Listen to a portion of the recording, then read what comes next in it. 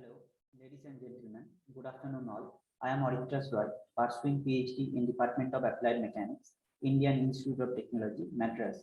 Today, I am here to discuss control of laminar boundary layer separation on a rectangular wing using decambering approach. This is the outline of today's discussion.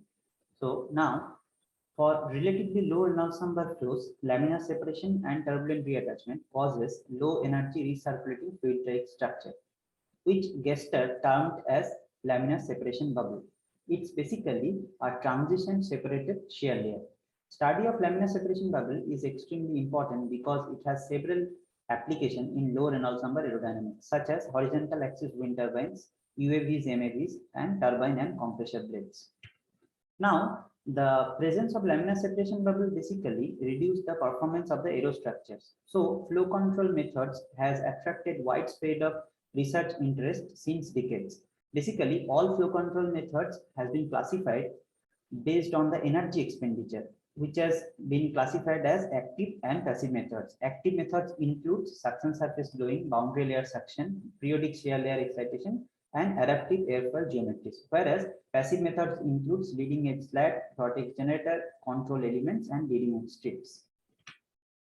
Now coming to the objective of the present study. Here in the present study, a simple active flow surface is generated using the decambering approach to prevent the laminar boundary layer flow separation on a three-dimensional rectangular wing platform. Now this is the overview of the decambering approach, what we are going to use here.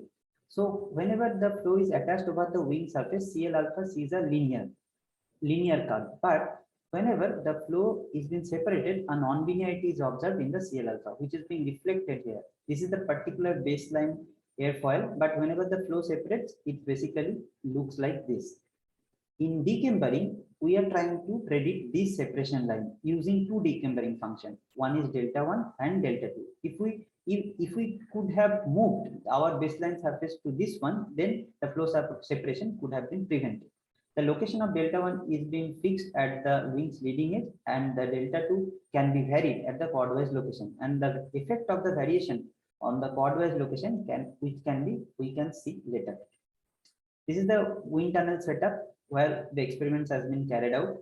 For the study of laminar separation bubble, experiments are carried out over the wing section NSEA 4415 with an aspect ratio of 6.4. The pressure data has been acquired around the root section of the wing through 22 pressure ports. This is the schematic of the wind tunnel and the wing setup inside the wind tunnel. Now, for identification of the laminar separation bubble, we have used the we have approach from the Russell's paper, where he have identified different outlines of the laminar separation bubble as separation, transition, and reattachment as S, T, and R. Present author uses this concept to mark the different outlines of LSB for separation, transition, and reattachment. But it is important to mention here, this is the surface pressure distribution over an airfoil, but in the present case, this is the surface pressure distribution at the root section of the three-dimensional wing. The decambering approach is also being used to model the laminar separation bubble analytically at the root section. The different locations of S, T, and R is been calculated from the present experimental results, and delta 1 and delta 2 is being evaluated using the decambering approach. So where the location of the first decambering function, that is x1, is basically mimics the location of the separation, and the location of the second decambering function, which is at the x2, which mimics the location where the flow transits towards the turbulence. Now, surface oil flow visualization results are also being recorded for identification of the laminar separation bubble. The laminar separation bubble is identified in between the laminar separation and the turbulent reattachment. Other outlines like secondary turbulent separation and wing tip vortices are also being marked here. And the different stages of laminar separation bubble is being shown here with an increase in alpha. As we can see here, with increase in alpha, the size of the laminar separation bubble got reduced and it is progressing towards the leading edge of the wing. And the secondary turbulent separation zone is also increasing with an increasing alpha. It almost engulfs the root section of the wing at an alpha equal to 11 degree, which shows the wing is almost stalled at an alpha equal to 11 degree. Now, the decambering approach, we generally uses the delta 1 and delta 2. And for delta, calculating the delta 1 and delta 2, we need the delta Cn and delta Cn. Delta Cn and delta Cn is basically the difference between the viscous and potential flow. And potential flow results in Cl and Cl. For viscous results, where we have pertained to the experimental integrated surface pressure distribution, where we can calculate the Cl and Cn results. Here we have shown only for at the alpha equal to 9 degree. So using this delta Cl and delta Cn, we have calculated the delta 1 and delta 2, and this is the comparison of the Dickenberg section from experiment as well as the VLM 3D. Now the variation of delta 1 and delta 2 is shown here along the chord-wise location, and it can be observed that the values of delta 1 and delta 2 is not significantly varied after the 40% of the chord length. This 40% of the chord length is been important because the wing section used there is a NACA 4415, which has the same maximum camber location at the 40% of the chord length. So we can see here that the optimum location of delta 1 and delta 2 can be considered as the 40% of the chord length. However, the different Dickenberg root section with different positions of delta 2 can be shown here. This is the illustration of the effective flow surface if we put the second Dickenberg function at a 40% of the chord length. As we can see here, this basically increases the thickness of the camber distribution, which makes the baseline wing as a thick, blunt trailing edge wing.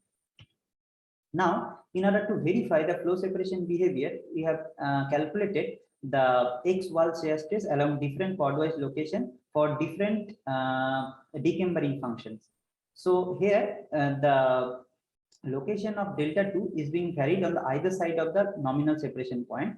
Here we can see here the x2, that is the location of the second Dickenberg function. If it is greater than 40% of the chord length, the behavior of laminar separation bubble is not so much improved. But if we push the second Dickenberg function towards the leading edge wing, that is if x2 is less than 40% of the chord length, then the laminar separation point is pushed towards the leading edge, which basically tells us the forced transition of the laminar separated shear layer. Despite all the fact, we can, whatever the positions of the delta 2, we can see here trailing edge flow separation behavior is significantly improved with the position of the Dickenberg functions and the Dickenberg flow surface. This is the illustration of baseline wing and the Dickenberg flow surface. We can see here the trailing edge flow separation behavior is significantly improved with the position of Dickenberg flow surface. Aerodynamic coefficients basically are also being calculated for different x2 location at an alpha equal to 9 degree. As we can see here, for the 40% coordinate location, the aerodynamic efficiency is been maximum. However, the coefficient of pitching moment is going on reducing if we place the Dickenberg function towards the trailing edge, which indicates the stability, which indicates the more stability of the Dickenberg wing as we push the second Dickenberg function towards the trailing edge as compared to the baseline wing, obviously. Now, the Dickenberg flow surface is being implemented over the baseline wing using an low thickness aluminum sheet, and which is configured like this. And this is as per as the numerical prediction basically. Surface oil flow visualization has also been conducted over both the baseline wing and the external skin, and which shows the size of the laminar separation bubble got reduced. And definitely the most important thing is that trailing edge flow separation behavior is significantly reduced and is almost prevented. So that is the important thing of using the Dickenberg flow surface. Now the aerodynamic characteristics are being evaluated for both baseline wing and the wing with external skin, which shows the steady state aerodynamic characteristic has been improved for the wing with an external skin. And transient CL data is being compared for all the approaches, which shows a similar agreement for all of this.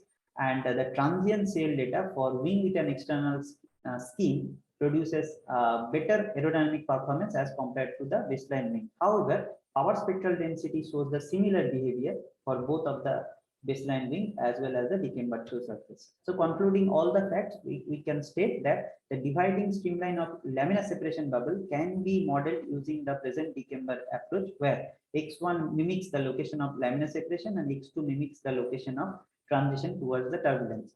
On the other hand, effective modification of active flow surface could significantly reduce the trailing edge flow separation and enhance the aerodynamic performance. Besides this, delay or control of laminar separation bubble or laminar separation rather can be achieved using the effective adjustment of the Dickenberg function.